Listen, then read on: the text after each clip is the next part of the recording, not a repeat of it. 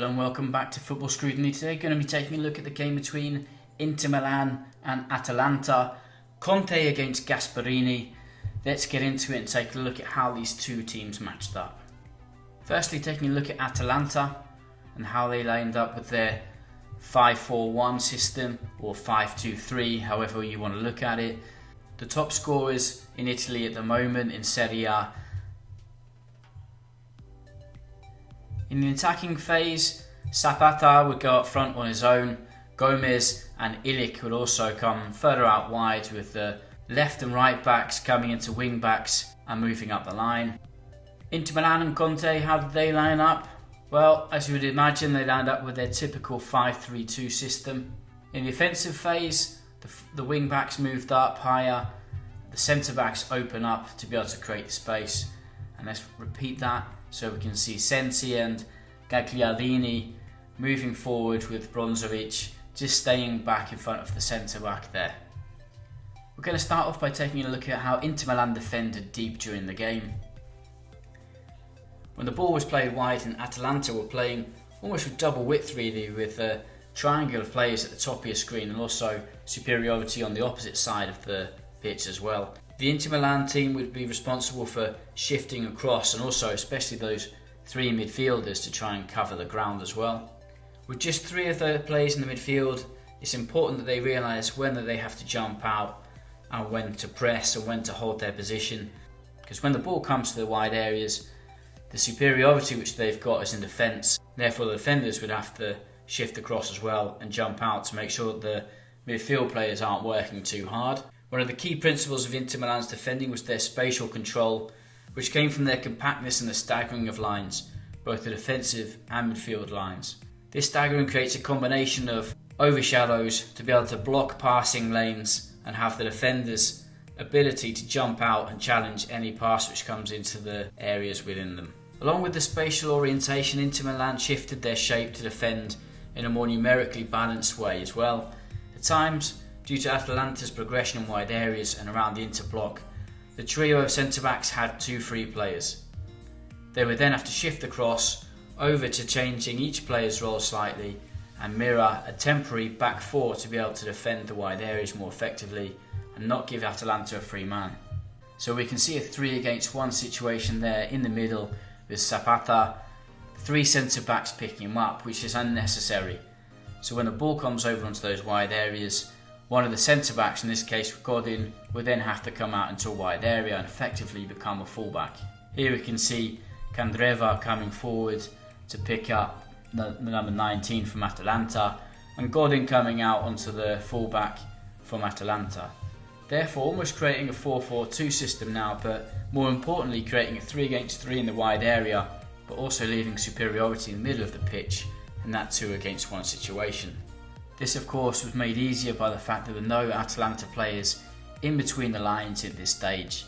Therefore it's easier to shift across when there's less place to pick up. Okay, so in this first picture we can see that the Inter Milan team is getting compact and structured for their first priority, which is the midfield three shifting across whilst also maintaining that horizontal compactness. The spatial control between the lines becomes more and more important. Here we can see the staggering of each player so that they're not just in vertical lines with a teammate. This is crucial for having control in your own third to prevent the block from being broken and played through the middle. The staggering creates triangles between the lines, which represents each area blocked by cover shadows. This 5-3-2 system, we can see that Candreva and Gagliardini are facing a superiority problem with the three Atalanta players in this area. So it's important then that when the wing-back jumps out, Godin clearly signalling to him to jump out so that he can then pick up the full-back position and the number 8 who's moving forward. This is flexible movement from the defence, and also in the midfield, when the ball gets played backwards, the midfielder recognises that his full-back is going to come into the number 19, Godin will pick up number 8. So this allows him to then jump out to any backwards pass. As you can see, Gagliardini now has jumped across, and now we've got a 3 against 3 situation in that wide channel, which then forces Atalanta to have to switch the play onto the opposite side where they've got superiority on that side. And then of course Inter Milan would just shift across and do exactly the same on the opposite side of the pitch. More players required in between the lines to be able to get forward and break down the Inter Milan defence. This is another example a little bit later on, where again there's 3 Atalanta players in that wide channel, Biraghi, Sensi and Bastoni shifting across and leaving the opposite side of the pitch free, constant shifting across the pitch. And again, that system didn't change throughout the whole match, always that 5-3-2 system, tight in the middle of the pitch, preventing passes coming inside and forcing the play wide where they would then jump out and press. Taking a look at Atalanta's offensive fluidity, as we mentioned, they play a 5-4-1 or a 5-2-3. With their fluidity in attack, they built up with a back 3. The back 3 had a really fluid approach. Players would often jump into lines higher up the pitch to create space.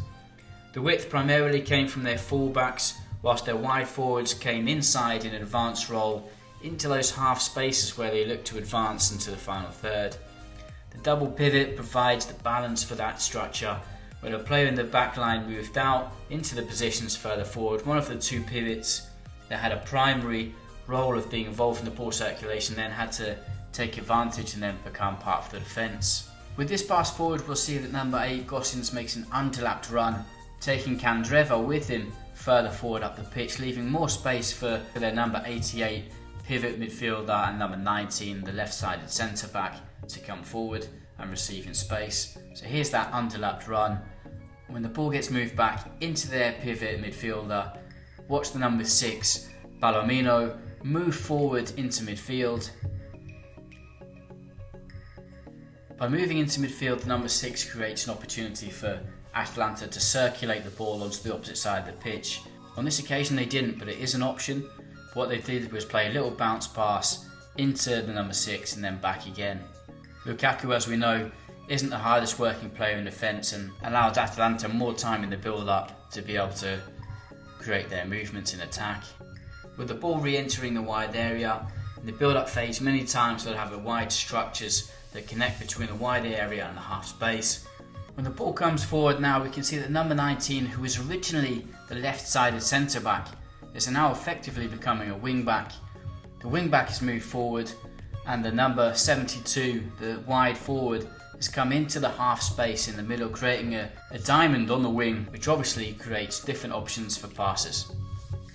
With the ball further forward, the forwards, the wide players would then try and move and play in between the lines. Here we can see Gomez on the right hand side of the pitch playing a little bit wide, and gives an option so that when the ball is circulated he can make diagonal movements onto the shoulder of the 3 midfielders. So we can see the 3 midfielders, number 12, 77 and number 5, jumping into that space, which Martinez, if it was a 5-4-1, would then have to drop into that space to try and prevent these circulated passes coming in between their lines. This is difficult for Inter Milan to try and defend, especially if the ball was moved forward quickly, as Martinez, who is part of the front 2, would then have to drop back. It's difficult to pick up, especially with the wide starting position from Atalanta. And of course, as we can see, then the wide wing back, number 33, would move forward into an ideal position to be able to get in behind Biraghi. Bastoni would then have to then jump out and press, and of course, as we can see at the top of your screen, there's a 3 against 3 situation, high volume of players on the opposite side of the pitch waiting for a cross. Okay, so in this image we can see that Atalanta positioning, the 5 at the back, Inter Milan shifting across to try and prevent them from playing wide. You can see that the wing backs, Hateboer and Gosens, are trying to start to create the width. Here highlighted with the light ray, we can see that the wing back is now making that underlap run. When the ball comes back to the pivot, we can see there's quite a large space in between the 2 pivots there, and that's why the centre back moves forward into that midfield area, which allows them to have the option to circulate the ball, especially if Lukaku isn't quick enough in that defensive phase. Now with the ball being moved forward, and like I said, the left side of fullback starting to move forward as well, we can now see that 4 against 2 situation in the wide areas where you've got a diamond situation appearing, almost like a rondo as you would call it, with a training, a match applied rondo, plenty of different passing lanes. And as we move deeper into the opposition half, into the defensive third from Inter Milan, you can see how Atalanta's forwards are picking up positions in behind the 2 centre midfielders from Inter Milan, either side of the pivot, in that midfield three, and therefore Gomez is able to receive. The centre forward Martinez has to come back as well, of course, like we already mentioned, and we can see the three players at the top of your screen to come against the three defenders from Inter Milan and create dangerous crossing positions with Hatterwar moving forward. It then creates a 2 against 1 situation with Gomez himself and the left wing back from Inter Milan, which more often than not would allow them to put a cross into the box with a 3 against 3 situation starting to appear in there. Very interesting movement in the attacking phase from Atalanta, and a very interesting match to watch.